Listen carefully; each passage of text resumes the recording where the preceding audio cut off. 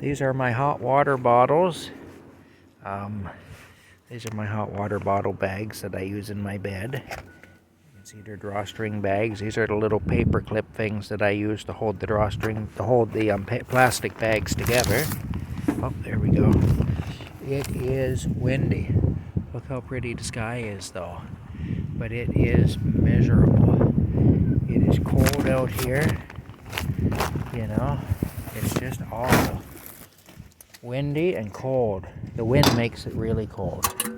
Anyway, there's my kettle. Yeah, in my kettle. There's a couple of these. Then let me bring them over here. I gotta keep the fire going. That's another thing. I can't set the plastic bottles down on the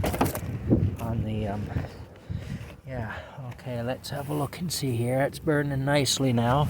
I had to cheat with the lighter fluid to get it going, but it is going. Now the key is to keep it going. Oh, there we go. There's a lot of work, I'll tell you, in being a hobo. Anybody thinks hobos are lazy, they're wrong. If you're lazy, don't become a hobo. I gotta boil this water because this is what's going to keep my bed warm tonight. I keep recycling this water. It's been boiled and poured into the bottles and boiled again so many times. I also have to peel a bunch of potatoes and carrots because I'm going to boil a bunch of potatoes and carrots again tonight. I always like to have potatoes and carrots ahead. Okay. Because I can fry them up and I can open a can of tuna or a can of corned beef or something, and it gives me a quick meal, a hearty meal too. Or if I have some chicken, I can dice some chicken into it and I can make myself a little stew, which is also nice. Anyway, there's the other there. Now after I have a fire, what I do, I don't empty the ashes out right away because, again, ashes can cause fires if they're still hot, if there's embers or whatever. But there's my ashes. These are the ashes from last night's fire. I just emptied them this morning. See, that's going good. That means I can go away from this for a few minutes. So there we go. Okay. Now what I do with this, though, what I do with my ashes is I take them back here. And you can't see it because it's covered up with snow right now. There's the tree I cut down. That tree was up as high as these trees.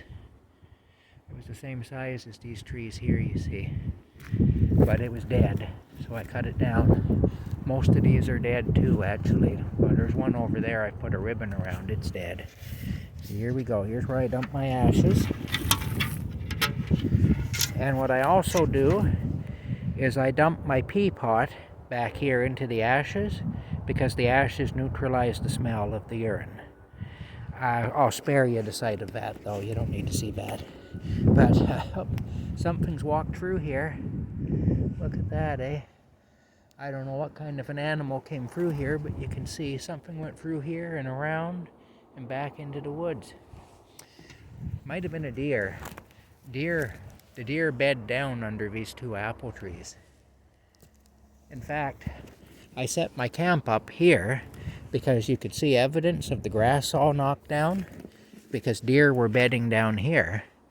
And what that tells me is if the deer say this is a good place to bed down, then it's probably a good place to have a camp because the deer aren't stupid. Anyway, let's see where we're at here. I don't want to lose the fire, so I'm keeping my eye on it because it's an awful pain to light it again. Like I say, I had to cheat a bit and use lighter fluid this time to light it because the kindling's damp, and I don't want to do that anymore if I can help it. There's another piece of wood to go in there. Yeah, see, this is the lighter fluid trick though. Now just watch. It's a little dangerous, so I don't recommend it.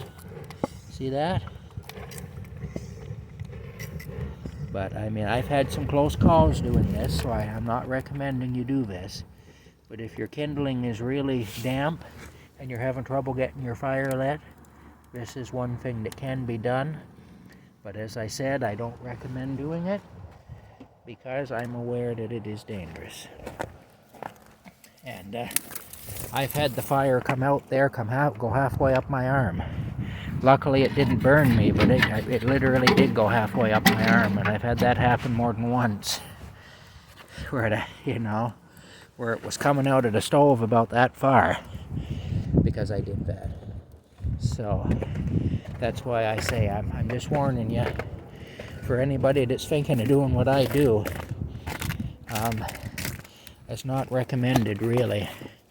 But then if you're freezing to death and you have to have a fire, then it's what you do what you have to do. Look at that one there. It looks like a hoof. Isn't that pretty? You know what? We'll set that one aside. That's art. We can't burn art.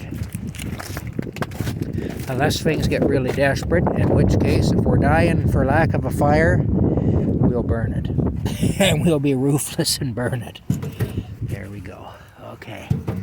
So there it is.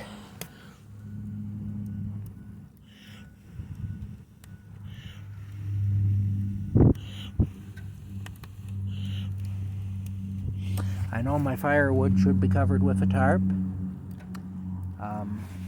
I had a tarp on it and it blew off. I had wood on top of it and everything, and it still blew off. The wind just howls through here. And the tarp really wasn't big enough anyway. What I really need is to get a much bigger tarp, but I don't have one right now. So that's the reason that things are as they are right now.